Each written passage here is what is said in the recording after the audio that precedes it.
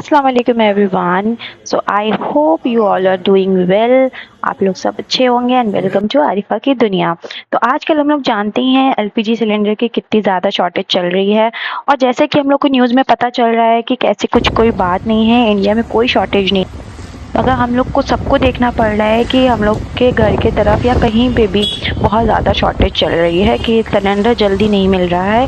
Book करने पर भी हम लोग को 4 से 5 दिन मतलब ऐसे चक्कर लगाने पड़ रहे हैं, तब भी हम लोग को जल्दी सिलेंडर हम लोग को नहीं आ रहा है। और वहाँ पे भी गए जब हम लोग, तो वहाँ पे भी काफ़ी लोग भी थे और पता है सिलेंडर की गाड़ी भी अभी नहीं आई हुई थी।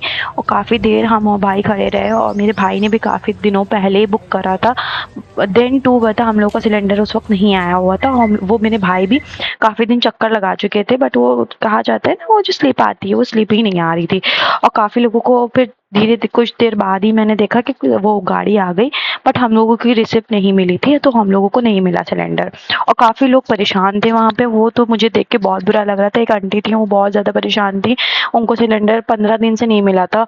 और ये चीज़ देख के मुझे भी बहुत, फिर हम लोग चले गए कुछ काम से। मतलब काम क्या था, वो हम लोगों का खोया लेना था। तो खोए मंडी गए हम। फर्स्ट टाइम ऐसा था कि हमने आज तक कभी खोया हुआ नहीं ख़रीदा है। मेरी मम्मा हमेशा ही ख़रीदती थी, मगर इस बार हम गए और हमें कुछ पता भी नहीं है कि कैसे चेक होता है कि ये असली खोया है या फिर नकली खोया है।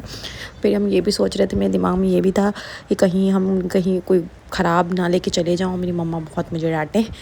मगर अब लेना था तो लेना ही था। पहुंच गए फिर खोए मंडी और देखा काफ़ी लोग बताए वहाँ पे खोया लगाए हुए थे। खोए मंडी में हमने ये चीज़ देखी। और पता है 2 तरीके के खोए होते हैं। एक मतलब अलग अलग, हम 2 तरीके के वहाँ पे खोए देखे रखे हुए थे।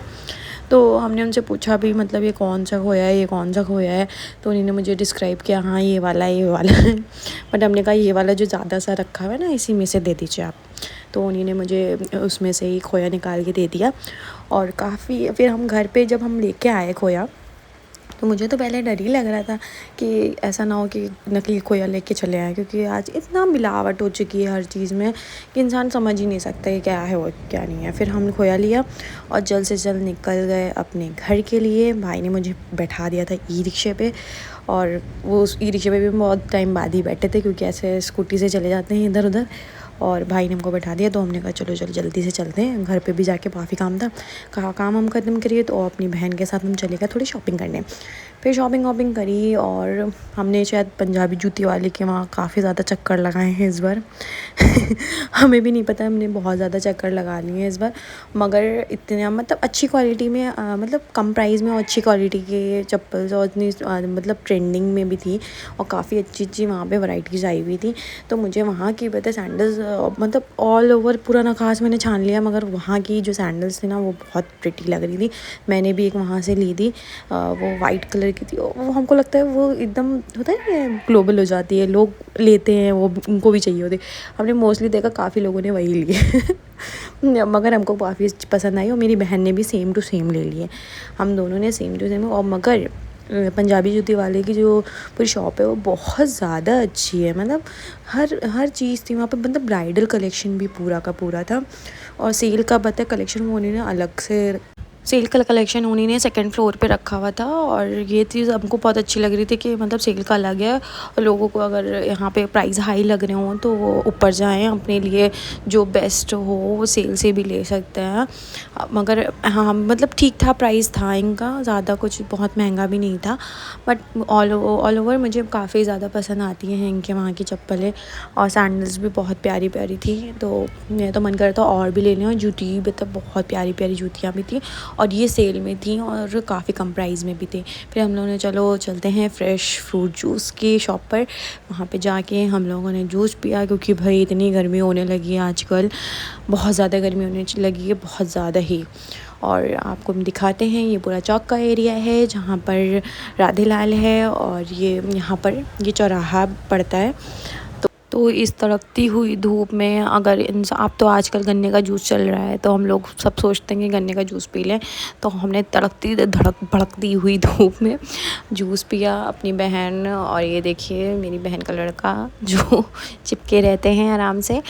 तो उन्हीं लोगों के साथ, मगर धूप काफ़ी ज़्यादा थी, मतलब एज़ एक्सपेक्टेड नहीं है हम लोगों के लिए कि इतनी ज़्यादा गर्मी होने लगी है, एकदम चुभ रही है आजकल की धूप, बहुत ज़्यादा गर्मी हो रही है। फिर हमने ये सोचा कि घर जाने से पहले आज मतलब काफ़ी सारे काम थे हमें, मतलब पूरा दिन बहुत ज़्यादा हेक्टिक था। फिर हमको पार्लर भी जाना था क्योंकि हमको न्यू हेयर कट लेना था और अपने बालों को थोड़ा सा शॉर्ट करवाना था शायद।